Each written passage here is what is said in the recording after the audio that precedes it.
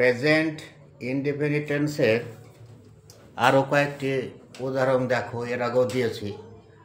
আমাদের রিলস বা ভিডিওর যেটা সময়ের ডিউরেশন সেটা 3 মিনিট থেকে 5 মিনিট। ওই 5 মিনিটের মধ্যে সব কিছু দেওয়া যাচ্ছে না, তো একে একে আস্তে আস্তে দিচ্ছি।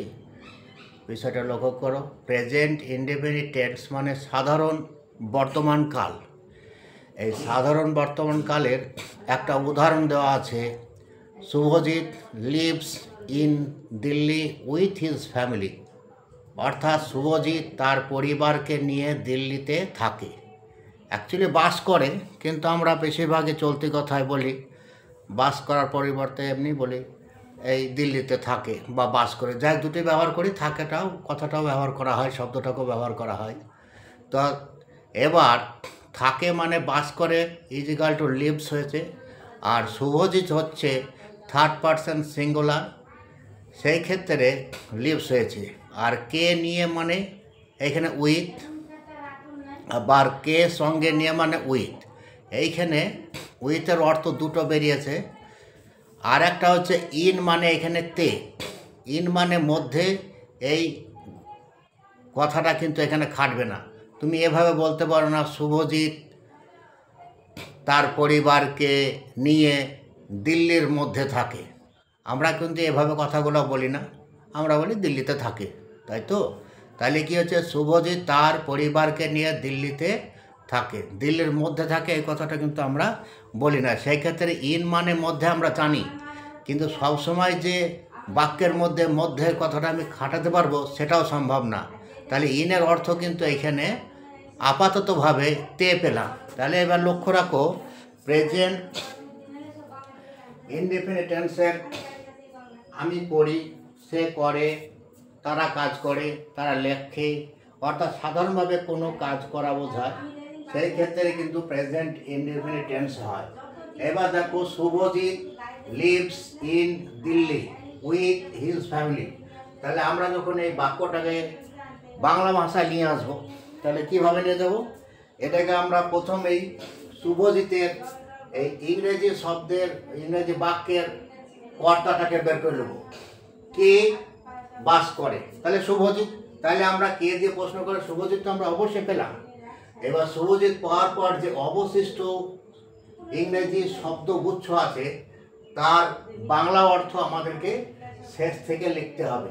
তাহলে কি হবে? তাহলে আমরা শুভজিৎ পেলাম, এই ইংরেজি শব্দের বাংলা অর্থ আমরা এর উপর, তারপরে কি লিখলাম? হিজ ফ্যামিলিটাকে আমরা এইখানে লিখলাম, হিজ ফ্যামিলিটাকে মানে তার পরিবার লিখলাম। তারপরে উইথ মানে কে নিয়ে লিখলাম, আবার দিল্লি মানে দিল্লি লিখলাম, অর্থাৎ ইন মানে এখানে তে, অর্থাৎ এখানে বিভক্তি মানে বিশ্লেষণ করা হয়েছে, একটা বিভক্তি পাওয়া গেছে। আর লিভস মানে থাকে বা বাস করা, আমি থাকে হিসাবে দিলাম। আচ্ছা, তাহলে কি হলো? Subhajit lives in Delhi with his family.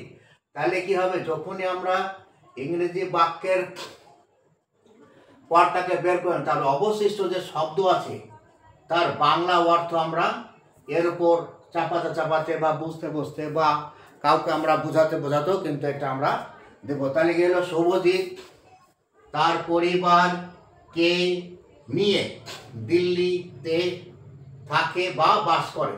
দেখো, আমরা তাই পেয়েছি শুভজিৎ তার পরিবারকে নিয়ে দিল্লিতে থাকে। এবার যেহেতু এখানে যোগ চিহ্ন আছে, আমরা এইভাবে বাক্য অবশ্য লিখে না, তোমরা সবাই জানো যে এইভাবে যোগযুক্ত বাক্য নাই। তো এই যে আমরা এই লেখাটাকে পরবর্তীকালে একটা যোগ যুক্ত ওটা তুলে দিলাম। তাহলে কি লিখলাম?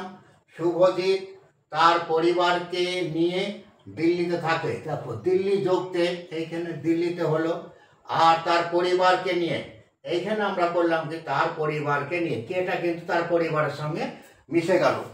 এই ক্ষেত্রে দেখা গেল এবার হলো, এটা হলো ইংরেজি বাক্য থেকে বাংলা বাক্যের উদাহরণ। এই বাক্যটাকে আমরা বাংলা বাক্য থেকে আমরা ইংরেজি বাক্যে যাব। কিভাবে যাব? ধরে নাও, এই শুভজিৎ তার পরিবারকে নিয়ে দিল্লিতে থাকে, এটাকে আমরা বিশ্লেষণ করে অবস্থায় দেখলাম এখানে শুভজিৎ তার পরিবারকে নিয়ে দিল্লি থাকে। এই বাক্যটাকে আমরা উপরে কিন্তু ভেঙে নিলাম। কীভাবে ভেঙে নিলাম? এইখানে আমরা বাক্যটাকে ভেঙে নিলাম, দিল্লি থাকো এখানে ভেঙে নিলাম।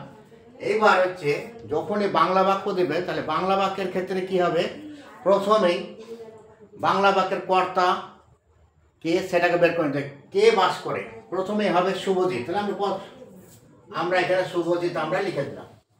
এবার আমাদের অসুবিধা হয় কি, কে থাকে, কি বসে, কেন বসে, কোথায় থাকে, এসব না গিয়ে শুদ্ধভাবে যদি সেন্টেন্স সাজানো যায় বা বাংলা বাক্য গঠন করা যায় তাহলে ইংরেজি কিন্তু খুব সহজই হবে। তাহলে শুভজিৎ তার পরিবারকে নিয়ে দিল্লিতে থাকে। এইবার এই যে শুভজিৎ, ইংরেজি শুভজিৎ লিখলাম, এবার শেষ থেকে আমরা এর ইংরেজি লিখতে লিখতে চলে আসবো। তাহলে শুভজিৎ আমরা প্রথমে লিখলাম, থাকে শব্দের ইংরেজি লিখলাম লিভস, তে শব্দের ইংরেজি লিখলাম ইন, দিল্লি শব্দের ইংরেজি লিখলাম দিল্লি, কে নিয়ে শব্দের ইংরেজি লিখলাম উইথ, তার পরিবার শব্দের ইংরেজি লিখলাম হিজ ফ্যামিলি। তাহলে কি হলো, শুভজিৎ আমরা পেলাম শুভজিৎ।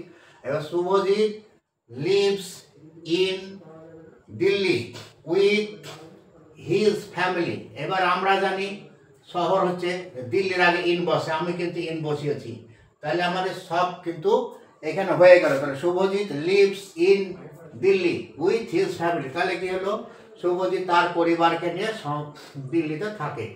এবার আমরা এখানে সিদ্ধান্ত আসলাম যে শুভজিৎ তার পরিবারকে নিয়ে দিল্লিতে থাকে।